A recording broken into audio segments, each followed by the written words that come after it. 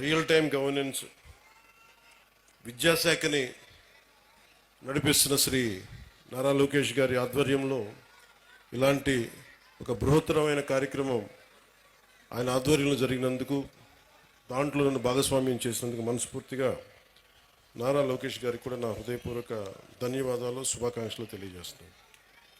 ఈ వేదిక పైన ఉన్న రెడ్డప్ప గారి మాధవిరెడ్డి గారికి ఎమ్మెల్యే కడప, అలాగే ప్రభుత్వ విప్ వారికి నా హృదయపూర్వక నమస్కారాలు. ఎమ్మెల్సీ టీచర్స్ కాన్స్టిట్యుయెన్సీ రిప్రజెంట్ చేస్తున్న వి రామచంద్రారెడ్డి గారికి, కమలాపురం ఎమ్మెల్యే శ్రీ పుట్ట చైతన్యారెడ్డి గారికి, అలాగే పొద్దుటూరు ఎమ్మెల్యే ఈ మధ్యన మేమందరం కలిసి ఆయన పుట్టినరోజును జరుపుకున్నాం, శ్రీ వరదరాజుల రెడ్డి గారికి ఎమ్మెల్యే పొద్దుటూరు, అలాగే స్కూల్ మేనేజ్మెంట్ కమిటీ చైర్మన్ శ్రీమతి శైలజ గారికి, అలాగే ఇక్కడ కార్పొరేటర్ శ్రీ కె సూర్యనారాయణ రెడ్డి గారికి, కలెక్టర్ అండ్ డిస్ట్రిక్ట్ మ్యాజిస్ట్రేట్ మన వైఎస్ఆర్ కడప జిల్లాకి శ్రీ శ్రీధర్ చెరుకూరి గారికి, అలాగే కృష్ణతేజ ఐఏఎస్ గారికి, కమిషనర్ పంచాయతీరాజ్ శాఖ శ్రీమతి ఆదిత్య సింగ్ గారికి ఐఏఎస్ జాయింట్ కలెక్టర్, అలాగే ఎస్పీ కడప జిల్లా ఎస్పీ శ్రీ విద్యాసాగర్ నాయుడు గారికి నా హృదయపూర్వక నమస్కారం. వేదిక పైన ఉన్న అధ్యాపకులకి, ఉపాధ్యాయులకి, ఇక్కడికి విచ్చేసిన విద్యార్థినుల తల్లిదండ్రులందరికీ ఆంధ్రప్రదేశ్ ప్రభుత్వం తరపు నుంచి, నా తరపు నుంచి మీకు నా ప్రత్యేక హృదయపూర్వక నమస్కారం. ప్రత్యేకించి నాకు ఈ కార్యక్రమం జరుగుతుంది, మీరు పాల్గొనాలి అంటే నేను అనుకున్నాను ఏ ఊరు వెళ్ళాలి, ఏ స్కూల్కి వెళ్ళాలనుకున్నాను. సహజంగా నన్ను పిఠాపురంకి పరిమితం చేస్తారు, కానీ నేను కడపని ఎందుకు ఎంచుకున్నాను? కడప జిల్లా అంటే రాయలసీమ అత్యధికంగా లైబ్రరీలు ఉన్న ప్రాంతం ఇది. ఒకప్పుడు అత్యధికంగా రాయలసీమలో అంతా, ఇంకా ఆంధ్రప్రదేశ్లో ఇంకెక్కడా లేవు అన్ని గ్రంథాలయాలు. సరస్వతి గ్రంథాలయం అని కానీ, మనకి పులివెందులు కానీ, ఇలాంటి గ్రంథాలయాలు ఒకప్పుడు వెలసిల్లిన ప్రాంతం అది. అంటే చదువుల నేల ఇది. సో అలాంటి చదువుల నేలకి నేను ఇక్కడికి వచ్చి సరస్వతి నమస్తుభ్యం అని చెప్పి నేను ప్రారంభించి పూర్తి చేసి మరి ఇక్కడికి వచ్చి ఈ అవకాశాన్ని ఇచ్చినందుకు నాకు మనస్ఫూర్తిగా నాకు చాలా చాలా ఆనందంగా ఉంది. ఈరోజు మీకు నేను ఏం చెప్పాలి, ఇవన్నీ ఒకటి అనుకుంటే నేను ఒకటే నిర్ణయం తీసుకున్నాను. నేను మీతో పంచుకోవడానికి వచ్చాను నా భావాలు. చాలా గొప్ప నేల ఇది. ఒక మొల్ల రామాయణం, ఒక అన్నమయ్య, మొల్ల, వేమన, పుట్టపర్తి నారాయణాచార్యులు గారు, ఒక చంద్ర పుల్లారెడ్డి గారు, ఒక తరిమేల నాగిరెడ్డి గారు, బళ్ళారి రాఘవ, కేవీ రెడ్డి గారు, బుయ్యాలవాడ నరసింహారెడ్డి గారు, గారిచెర్ల హరిసర్వోత్తమరావు గారు, ఇలాంటి మహానుభావులు ఎంతోమంది రాయలసీమ నేల నుంచి వచ్చారు. అలాంటి నేలకి తిరిగి పునర్వైభవం రావాలి. రాయలసీమ అంటే అభివృద్ధికి వెనకబాటు కాదు, అవకాశాలకి ముందుండి నడిచే ప్రాంతం అనేది మన అందరికీ అనిపించుకోవాలి. ఇందాక మేడం మాధవరెడ్డి గారు చెప్తా ఉంటే నీటి సప్లై సమస్య ఉంది, మాకు ఇక్కడ ఇబ్బందిగా ఉంది అంటే, నరేగా ఫండ్స్ ముందుగా నీటికి చాలా తీవ్రమైన సమస్య కాబట్టి ముందుగా మేడం అడిగిన దానికి నేను సమాధానం చెప్తా ఉన్నాను. జాతీయ ఉపాధి హామీ కిందకు వచ్చే నరేగా ఫండ్స్ కూడా గవర్నమెంట్ ఆఫ్ ఇండియా కేవలం పట్టణాల్లో కాదు, గ్రామాల్లోనే దీన్ని నిర్దేశించబడింది. వాటి వరకే పరిమితం చేయాలి. పట్టణాలకు వచ్చేటప్పటికి అమృత్ స్కీమ్ కింద బలమైన అవకాశాలు ఉన్నాయి, ఖచ్చితంగా దాన్ని పరిశీలిస్తాం.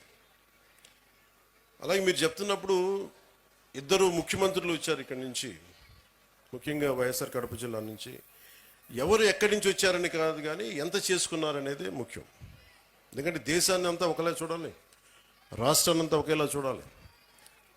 అంటే మీ దృష్టికి, మేడం దృష్టికి తీసుకొస్తుంది. ఉదాహరణకి 2014-19 సమయంలో నేను ఉద్దానం సమస్యను బయటికి తీసుకొస్తే ఆ రోజున గౌరవ ముఖ్యమంత్రి చంద్రబాబు నాయుడు గారు, అప్పుడు ముఖ్యమంత్రి, 61,80,00,000 రూపాయలు ఆ రోజున చేసి ఆ ఉద్దానం ప్రాజెక్ట్ని ముందుకు తీసుకెళ్లారు. అది గత ప్రభుత్వం దాన్ని పూర్తి చేసింది. అలాగే ఇంత కడప నీటి సమస్య ఇంత తీవ్రంగా ఉందనేది నాకు మాధురెడ్డి గారు చెప్పే వరకు నాకు తెలియలేదు. ఎందుకంటే ముఖ్యమంత్రులు ఇద్దరు వచ్చారు కాబట్టి అసలు ఇక్కడ సమస్యలన్నీ తీరిపోయి ఉంటాయి నేను అనుకుంటే, నాకు అర్థమైంది ఏంటంటే ఇక సమస్యలు తీరలేదు, ఇంకా చాలా బలంగా నీటి ఇంకా ఇబ్బందిగా ఉంది అనడానికి. ఉదాహరణకి మొన్న మేము క్యాబినెట్లో 45,63,00,000 రూపాయలు మేము పులివెందల సంబంధించి డ్రింకింగ్ వాటర్ సప్లై ప్రాజెక్టుకి డబ్బులు ఇవ్వడం జరిగింది మేడం. అలాగే డ్రింకింగ్ వాటర్ సప్లై కర్నూలుకు కూడా 36,56,00,000 ఇవ్వడం జరిగింది. అంటే ఎక్కడా కూడా ఈ ప్రభుత్వం, గత ప్రభుత్వం చేసింది మనం చేయకూడదని అనుకోవట్లా. ఎందుకంటే గవర్నెన్స్ ఈజ్ కంటిన్యూటీ. పార్టీలు మారచ్చు, వ్యక్తులు మారచ్చు, కానీ పథకాలు నిరంతరం సాగాలనే ఉద్దేశంతో దాన్ని ముందుకు తీసుకెళ్తాం. దురదృష్టవశాత్తు మన కడపకి చేసుకోలేకపోయారు. కానీ మాధవ్ గారి ఆధ్వర్యంలో ఇది ఖచ్చితంగా నీటి సమస్యను తీర్చి మీకు ఏమైతే ఈ మౌలిక సమస్యలు ఉన్నాయో వాటన్నిటి మీద దృష్టి పెట్టేలాగా నేను చర్యలు తీసుకుంటానని మీకు మాట ఇస్తున్నాను. Will handle that part. అలాగే మన వైఎస్ఆర్ కడప జిల్లాలో 36 మండలాల్లో ఉన్న 2,043 స్కూల్స్, 64,971 మంది విద్యార్థులు, 74,698 మంది విద్యార్థులు, దాదాపు 1,40,000 మంది ఈ రోజున మన కాలేజీలో, మన స్కూల్స్లో చదువుతూ ఉన్నారు. దీనికి సంబంధించి ఈ ప్రభుత్వం చాలా బలంగా మేము మీ కోసం పనిచేయడానికి ఉన్నాం.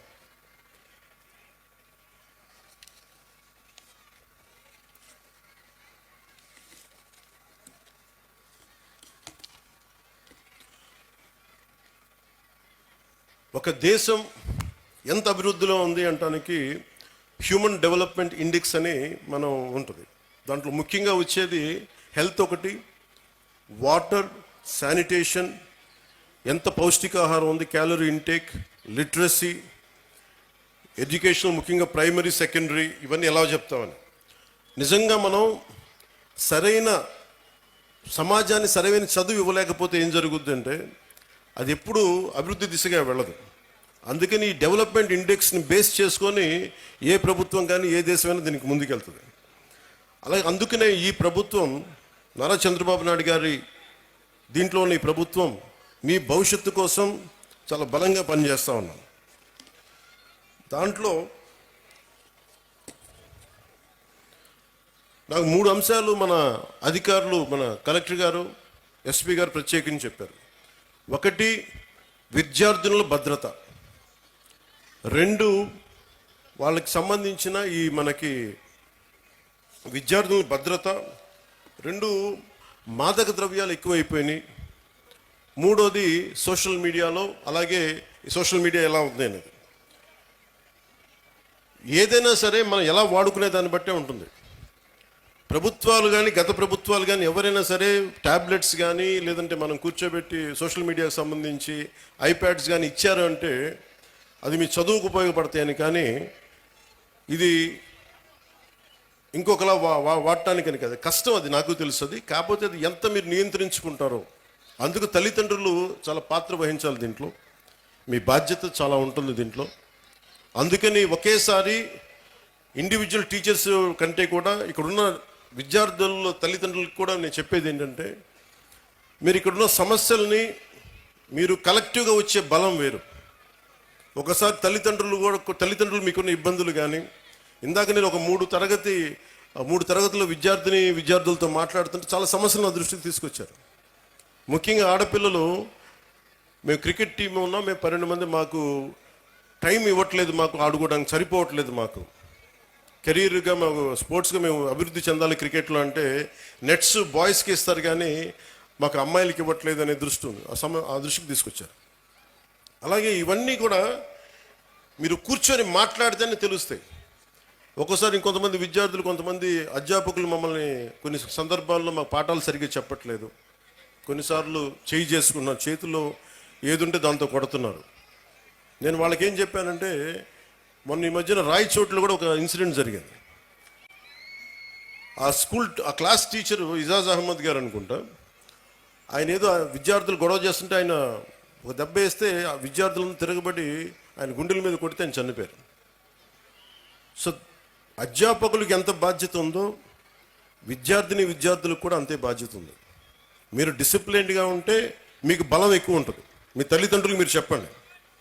మీ తల్లిదండ్రులు, ఒకళ్ళ అధ్యాపకులు కానీ ఎవరైనా సరే, పెద్దలు, స్కూల్ నడిపే పెద్దలు ఎవరైనా తప్పు చేస్తే మీరు దృష్టికి తీసుకొస్తే ఖచ్చితంగా దాన్ని సరిదిద్దుకుంటారు. దానికంటే ముందుగా మీరు కూడా చాలా బాధ్యతగా ఉండాల్సిన అవసరం ఉంది. అలాగే మనం చదువు అనేది ఆబ్జెక్టివ్ ఆఫ్ ఎనీ ఎడ్యుకేషన్. ఉద్యోగాలు సంపాదించడానికి, ఆర్థిక స్తోమత పెంచుకోవడానికే కాదు, జ్ఞానం పెంపొందించుకోవడానికి కూడా. ఇది నాకు ఇష్టమైన నాని పాల్కేవాలా గారు చెప్పింది. ఇండియాని తిరిగి రీడిఫైన్ చేయాలి 21st సెంచరీకి అని చెప్పి 1985లో ఆయన మాట్లాడింది. ఒక 7 అంశాల మీద మాట్లాడారు. 1 national identity, 2 law and order, 3 family, 4 education, 5 constitutional integrity, 6 socialism, 7 socially responsible business. National identity అనే దానికి పదానికి ఏంటంటే, మనందరం ఏదో కులంలో పుట్టాలి, ఏదో ఒక ప్రాంతంలో పుట్టాలి, కానీ మనందరం భారతీయులం అని మర్చిపోకూడదు. మన నేషనల్ ఐడెంటిటీ చాలా చాలా కీలకం. అలాగే లా అండ్ ఆర్డర్కి మనం సహకరించాలి. ఇందాక ఎస్పీ గారు చెప్తా ఉంటే, మన కళ్ళ ముందు తప్పు జరుగుతున్నా, ఇప్పుడు గర్ల్ చైల్డ్ ప్రొటెక్షన్, ఆడబిడ్డ, నేను మీకు చాలాసార్లు విద్యార్థులు కూడా చెప్తా ఉంటాను. సుగాలి ప్రీతి అనే ఒక పాప, 14 ఏళ్ల బిడ్డ, స్కూల్కి వెళ్ళి, అమ్మ నేను స్కూల్కి వెళ్తున్నాను, తిరిగి వస్తానని చెప్పి వెళ్తే ఆ బిడ్డ ఇప్పుడు ఇంటికి రాలా, స్కూల్లో చనిపోయింది. ఫ్యాన్కి ఉరేసుకొని చనిపోయింది. దాని మీద ఈ రోజు వరకు యాక్షన్ తీసుకోవడానికి చేస్తామంటే, ఇప్పుడు ఈ మధ్యన మన కొత్త ప్రభుత్వం వచ్చిన తర్వాత దాని మీద యాక్షన్ ఇనిషియేట్ చేస్తా ఉన్నాం. అంటే మీకు ఆడబిడ్డల భద్రత అంత కీలకం. అందుకని మాధవిరెడ్డి గారు చెప్పినట్టుగా ఇలాంటి సమస్యలు ఏదైనా ఉంటే ప్రతి స్కూల్లో కెమెరాస్ ఉండాలి. అలాంటి ప్రతిపాదన గౌరవ ముఖ్యమంత్రి గారు కూడా ఆలోచిస్తూ ఉన్నారు. అందుకని దాన్ని ఆడబిడ్డల భద్రత కోసమే కాకుండా ఎలాంటి సమస్యలు ఉన్నా కానీ ఉత్పన్నం కాకుండా ముందుగానే పట్టుకోవడానికి కెమెరాస్ ఉండాలి. సో దాన్ని కూడా మేము దృష్టిలో పెట్టుకుంటా ఉన్నాం. అలాగే ఫ్యామిలీకి సంబంధించిందాక మాట్లాడితే, ఒకటి ఎంతమంది బిడ్డలు ఉన్నారని కాదు, కానీ ఎంతమందిని మనం బాగా చూసుకుంటున్నాం అనేది. తల్లిదండ్రులు ముఖ్యంగా మీ బిడ్డలు ఏం చేస్తున్నారు, సరిగ్గా ఉంటున్నారా లేదా. నాకు తెలుసు మీకు కష్టాలు ఉంటాయి, మీకు ఇబ్బందులు ఉంటాయి, కానీ వీటన్నిటిని మించి మనం బాధ్యత తీసుకోకపోతే, మనం కనీసం ఒక 10 నిమిషాలు మీరు చూసుకోవట్లేదని కాదు, కానీ మీరు కొంత సమయం కేటాయించి ఒక దృష్టి పెడితే, మీ బిడ్డలు ఎక్కడున్నారు, ఏం చేస్తున్నారు, ఎంత సమయం గడుపుతున్నారు, ట్యాబ్లెట్స్ని సద్వినియోగం చేస్తున్నారా, లేదంటే అవసరానికి మించి వాడుతున్నారా, చెప్పిన పర్పస్ కాకుండా దేనికదన్నా వాడుతున్నారా, ఇవన్నీ కూడా మీ దృష్టిలో ఉంటే ఇంట్లోనే కొంత కరెక్ట్ చేయాల్సిన అవసరం ఉంది. తర్వాత స్కూల్స్. అలాగే మీకు లా అండ్ ఆర్డర్లో సంబంధించి మీరు ముఖ్యంగా బిడ్డలు గుర్తుపెట్టుకోవాల్సింది, చిన్నపిల్లలకి వాళ్ళు క్లీన్ స్లేట్, ఏమీ రాయని ఒక వైట్ పేపర్ లాంటి వాళ్ళు మనం ఏమి రాస్తామో దానికి అదే తయారవుతారు. సో ఇంట్లో పెద్దలు కూడా మీరు అనుక్షణం చూస్తూ ఉండాలి. మీరు కేవలం మన వరకే ఆలోచిస్తే, మన కులం, మన ప్రాంతం, ఇక్కడి దాకా ఆలోచిస్తే పిల్లలు కూడా అదే స్థాయిలో ఉంటారు. మీరు ఇవ్వాల్సింది వేమన లాంటి మహానుభావుడు పుట్టిన నేల ఇది. ఆయన సంస్కారాన్ని కూడా బిడ్డలకి నేర్పించాల్సిన అవసరం ఉంది. అది పాఠాల్లో ఎలాగ ఉన్నాయి, కొంత స్కూల్స్లో మీరు ఇళ్లలో కూడా ఆ విలువలు కొంత పాటించేలా మీరు ముందుకు తీసుకెళ్ళాలని మనస్ఫూర్తిగా కోరుకుంటున్నాను. అలాగే ఎడ్యుకేషన్కి సంబంధించి ఏమీ నేర్చుకోవడంతో పాటు, చదువుతో పాటు, ఇది భవిష్యత్తు, మీ ఎడ్యుకేషన్కి, మీ భవిష్యత్తుకి, మీ ఉపాధికి ఉపయోగపడేదే కాకుండా, స్కూల్ అనేది ఏంటంటే మనం నిరంతరం చదువుకోవడానికి. 24 ఎప్పటికీ నిరంతర విద్యార్థిలాగా ఉండాలంటే ఈ స్కూల్లో నేర్చుకునే ఈ పాఠాలే భవిష్యత్తులో మనకి ఇదవుతాయి. అందుకే మీరు దాన్ని కూడా దృష్టిలో పెట్టుకొని కోరుకుంటా ఉన్నాను. అలాగే గవర్నమెంట్ స్కూల్స్ చాలా బలపడాలని కోరుకునేవాడిని నేను ప్రత్యేకించి. సోషలిస్ట్ తరిమెల నాగిరెడ్డి గారితో ఆయన పుస్తకాలు చదివి ప్రభావితమైన వ్యక్తిని. తాకట్లో భారతదేశం అని ఆయన రాసిన పుస్తకం ఎప్పుడు నా లైబ్రరీలో ఉంటుంది. అలాంటి వ్యక్తులు మహానుభావులు చెప్పింది, గాంధీ గారి దగ్గర నుంచి ప్రతి ఒక్కరు చెప్పింది సోషల్లీ రెస్పాన్సిబుల్ బిజినెస్ అని. కానీ మన స్కూల్స్ ఇవి ముఖ్యంగా గవర్నమెంట్ స్కూల్స్లో మనకు ఆ పాసిబిలిటీ ఉంది. మొన్న ఈ మధ్య నేను పిఠాపురం కూడా చాలామందిని పంపించాను, మా అధికారి యంత్రాంగాన్ని, పేషీలు కూడా ముఖ్యులను పంపించాను.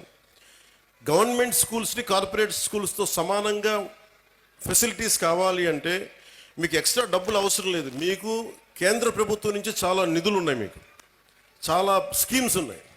వాటిని సరిగ్గా సద్వినియోగం చేసుకుంటే మటుకు కార్పొరేట్ స్కూల్స్తో ధీటుగా మనం గవర్నమెంట్ స్కూల్స్ని తీసుకెళ్ళచ్చు.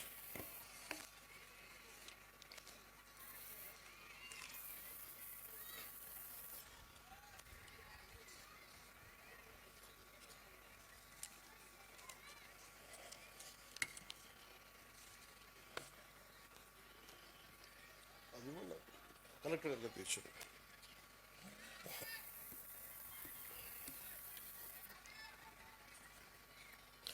ఈ ముఖ్యంగా తల్లిదండ్రులకి మీరు ఇచ్చారు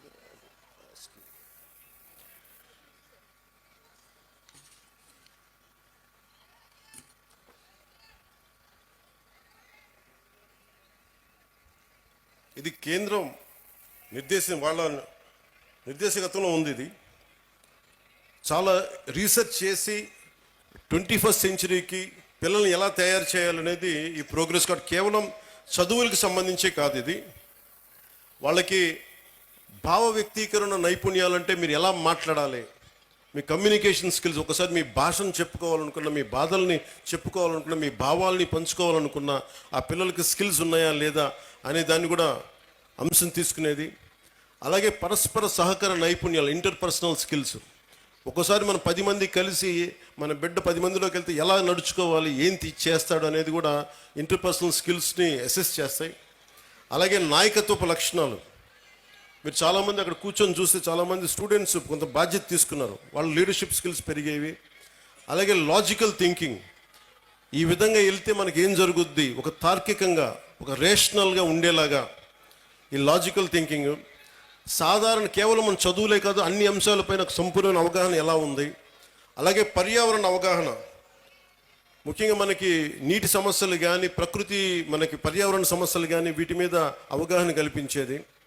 అలాగే NCC, NSS, scouts and guides, అది దాని మీద అవగాహన.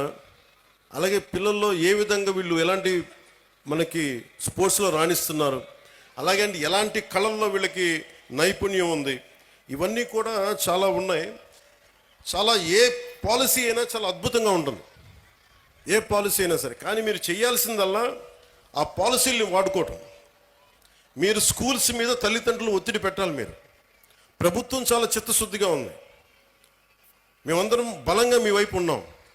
తల్లిదండ్రులు మీరు కనుక మా బిడ్డలు బాగుండాలి, వాడి భవిష్యత్తు బాగుండాలి అంటే మీరు బయటకు వచ్చి మీరు స్కూల్ ప్రిన్సిపల్స్తో కానీ, అధ్యాపకులతో కానీ, ఉన్నత అధ్యాపకులతో కానీ మాట్లాడి మీరు మా దృష్టికి తీసుకొచ్చి, వాళ్ళ దృష్టికి తీసుకొస్తే తీరని సమస్యల్ని తీర్చే బాధ్యత మేము దృష్టి పెడతాం. క్యాబినెట్లో దాని గురించి మాట్లాడతాం. మధ్యాహ్న భోజన పథకం కూడా డొక్కా సీతమ్మ వారి మధ్యాహ్న భోజన పథకం కూడా అమెరికా లాంటి దేశంలో అమెరికన్ ప్రెసిడెంట్ ఫస్ట్ లేడీ ఆవిడ ఆధ్వర్యంలో ఉంటుంది. దేశం మొత్తం మీద పబ్లిక్ స్కూల్స్లో ఉండే ప్రతి భోజన పథకాన్ని ఎలా చూస్తారు అనేది ఆవిడ ఆధ్వర్యంలో ఉంటుంది. అలాంటిది నేను ఇందాక కలెక్టర్ గారు చెప్తే నేను ఒకటే అనుకున్నాను, ఖచ్చితంగా దీన్ని క్యాబినెట్ దృష్టికి తీసుకెళ్తాను, ముఖ్యమంత్రి గారి దృష్టికి తీసుకెళ్తాను. క్వాలిటీ ఫుడ్ ఎలా ఉంది, ఇక్కడ బాగుందా బాగలేదా. ఎందుకంటే చాలా చోట్ల మన గ్రామీణ ప్రాంతాల్లో కానీ, మన విద్యార్థుల్లో కానీ బలం లేదు శరీరంలో. దేహదారుడి వయసు 14 ఏళ్ళు ఉన్నా, 16 ఏళ్ళు ఉన్నా, 12 ఏళ్ల పిల్లల్లాగా ఉన్నారు. వాళ్ళకి దేహదారుఢ్యం లేదంటే సరైన పోషక పదార్థాలు లేవు. అందుకని ఇవన్నీ ఉండేలా ఏం చేయాలి అనేది ఒకసారి ఇంకొంచెం లోతుగా అధ్యయనం చేసి కేవలం ఒక పూట భోజనం ఏదో కార్బోహైడ్రేట్స్ పెట్టేటి అన్నం వీటితో కాకుండా బలంగా ఏం పెట్టాలి అనేది దాని మీద కొంచెం లోతుగా అధ్యయనం జరగాలి. అమెరికాలో ఎలా అయితే ఫస్ట్ లేడీ చూశారో ఇక్కడ క్యాబినెట్ చూడాలని నేను కోరుకుంటా ఉన్నాను. ప్రతి స్కూల్లో ఏ సందర్భంలో పోషకాహార పదార్థం ఎంత బాగుందని దీన్ని కూడా దృష్టిలో పెడతానని చెప్పి మీకు ఈ సందర్భంలో మీకు తెలియజేసుకుంటా ఉన్నాను. అలాగే మీ బిడ్డలు డ్రగ్స్ ఎలా ఉన్నాయి, నాకు నిజంగా చాలా ఆశ్చర్యంగా ఉంటుంది. డ్రగ్స్ ఈ స్థాయికి వెళ్ళిపోయినాయా పిల్లలకి? అవి చిన్నప్పుడు ఎప్పుడు వినేవాడిని నేను. అది ఒక దేశాన్ని చంపేయడం అంటే మత్తు మందుకి అలవాటు చేస్తే దేశం చచ్చిపోతుంది. మీకు ఓపియం వార్ తెలుసు, మీరు చిన్నప్పుడు మీరు పాఠాల్లో ఉంటాయి మీకు.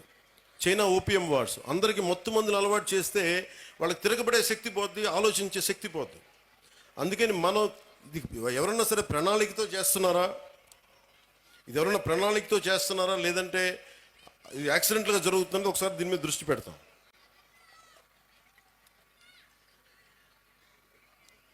అలాగే సైబర్ క్రైమ్ ఒకటి ఎక్కువైపోయింది, సోషల్ మీడియాది కూడా. అది మీ బిడ్డలకు కూడా మీరు చెప్పాల్సిన తల్లిదండ్రులుగా చాలా బాధ్యతగా సోషల్ మీడియాని వాడాలి. ఈ మధ్యనే ఆస్ట్రేలియా గవర్నమెంట్ కూడా ఏం చేసిందంటే 16 ఏళ్ల వయసు ఉన్న వరకు అసలు సోషల్ మీడియా అకౌంట్స్ ఓపెన్ చేయకూడదని పెట్టారు. అలాంటివి కూడా ఆంధ్రప్రదేశ్ ప్రభుత్వం, భారతదేశ ప్రభుత్వం ఆలోచించేలా మేము చర్యలు తీసుకుంటామని తెలియజేసుకుంటాం.